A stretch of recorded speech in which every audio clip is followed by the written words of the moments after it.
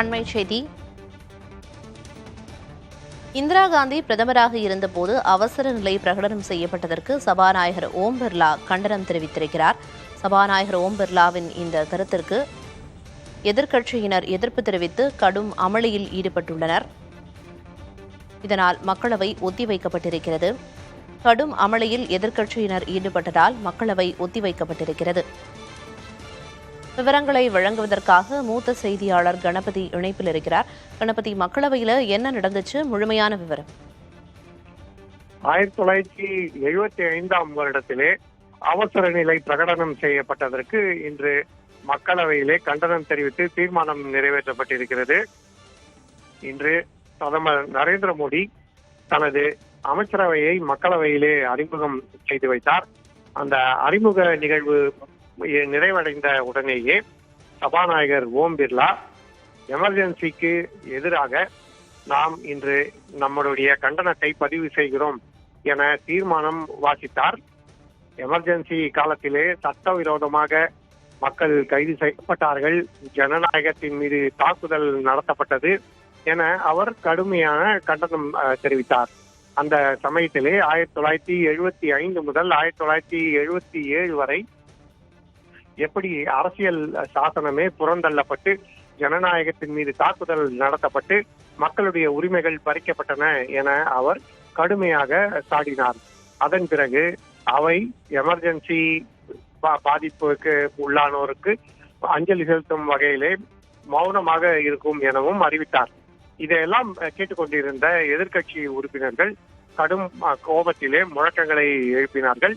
குறிப்பாக காங்கிரஸ் கட்சியை சேர்ந்தவர்கள் இதற்கு கடும் எதிர்ப்பு தெரிவித்தார்கள். ஏனென்றால் காங்கிரஸ் கட்சியைச் சேர்ந்த இந்திரா காந்தி பிரதமராக இருந்த போதுதான் அவசர நிலை பிரகடனம் செய்யப்பட்டது. 21 மாதங்களுக்கு அவசர நிலை அமலில் இருந்தது. அந்த சமயத்திலே அனைத்து ஜனநாயக உரிமைகளும் பறிக்கப்பட்டன என்பது எதிர்க்கட்சிகளின் தொடர் குற்றச்சாட்டாக இருந்து வருகிறது. ஜூன் மாதம் 25ஆம் தேதி அவசர நிலை பிரகடனம் செய்யப்பட்டது. ஆகவே அதற்கு அடுத்த நாளிலிருந்து ஜூன் 26ஆம் தேதியிலிருந்து அது அமலுக்கு வந்தது. அந்த தேதியில் தான் நாம் தற்போது இருக்கிறோம். ஆகவே இன்றே இதற்கு கண்டனம் தெரிவித்து தீர்மானம் நிறைவேற்றுகிறோம் என சபாநாயகர் ஓம் பிர்லா குறிப்பிட்டார். இன்றுதான் மக்களவைக்கு புதிய சபாநாயகர் தேர்வாகி இருக்கிறார். இன்றுதான் 18வது மக்களவையின் முதல் அமர்வாக இருக்கிறது. முதல் 2 நாட்கள் உறுப்பினர்களின் பதவி பிரமாண நிகழ்ச்சி மட்டுமே நடைபெற்றது. அப்படிப்பட்ட சூழலிலே இன்று முதல் நாளிலேயே தொடங்கிவிட்டது. சபாநாயகர் ஓம் பிர்லா அவசர நிலைக்கு எதிராக கொண்டு வந்த தீர்மானத்துக்கு காங்கிரஸ் உள்ளிட்ட கட்சிகளை சேர்ந்தவர்கள் கடும் எதிர்ப்பு தெரிவித்து முழக்கம் எழுப்பியிருக்கிறார்கள். ஏற்கனவே பிரதமர் நரேந்திர மோடி சமீபத்திலே எமர்ஜென்சி குறித்தும் அது எப்படி ஜனநாயக படுகொலையாக அமைந்தது என்பது குறித்தும் பேசி வருவதை நாம் கேட்டிருக்கிறோம். நாடாளுமன்ற கூட்டத்தொடர் தொடங்குவதற்கு முன்பாகவே அது குறித்து அவர் பேசியிருந்தார். நாடாளுமன்ற வளாகத்திலே பேசும்போது அதை குறிப்பிட்டிருந்தார். அப்படிப்பட்ட சூழ்நிலையில்தான் இன்று அவசர நிலைக்கு எதிராக மக்களவையிலே தீர்மானம் நிறைவேற்றப்பட்டிருக்கிறது. புதிய சபாநாயகராக இன்று தேர்ந்தெடுக்கப்பட்டிருக்கும் ஓம் பிர்லா அந்த தீர்மானத்தை படித்ததற்கு காங்கிரஸ் கட்சியை சேர்ந்தவர்கள் கடும் எதிர்ப்பு தெரிவித்திருக்கிறார்கள். இந்தியா கூட்டணியைச் சேர்ந்தவர்களும் அவர்களுக்கு ஆதரவு தெரிவித்து முழக்கங்களை எழுப்பினார்கள். இப்படி மக்களவை இன்று கடும் அமளியிலே ஒரு பக்கம் முழக்கங்கள், இன்னொரு பக்கம் தீர்மானம் என குழப்பத்திலே முடிந்திருக்கிறது. அவை இன்று நாள் முழுவதுக்கும் ஒத்திவைக்கப்பட்டிருக்கிறது. நாளை குடியரசுத் தலைவர் திரௌபதி முர்மு மக்களவை மற்றும் மாநிலங்களவை கூட்டத்திலே உரை நிகழ்த்திருக்கிறார். பின்னர் குடியரசுத் தலைவர் உரைக்கு நன்றி தெரிவிக்கும் தீர்மானத்தின் மீதான விவாதம் நடைபெறும்.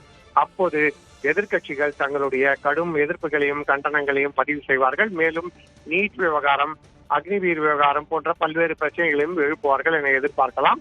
அந்த மோதலுக்கு ஒரு அறிகுறியாக இன்றே கடும் முழக்கங்களுடன் மக்களவை ஒத்திவைக்கப்பட்டிருக்கிறது.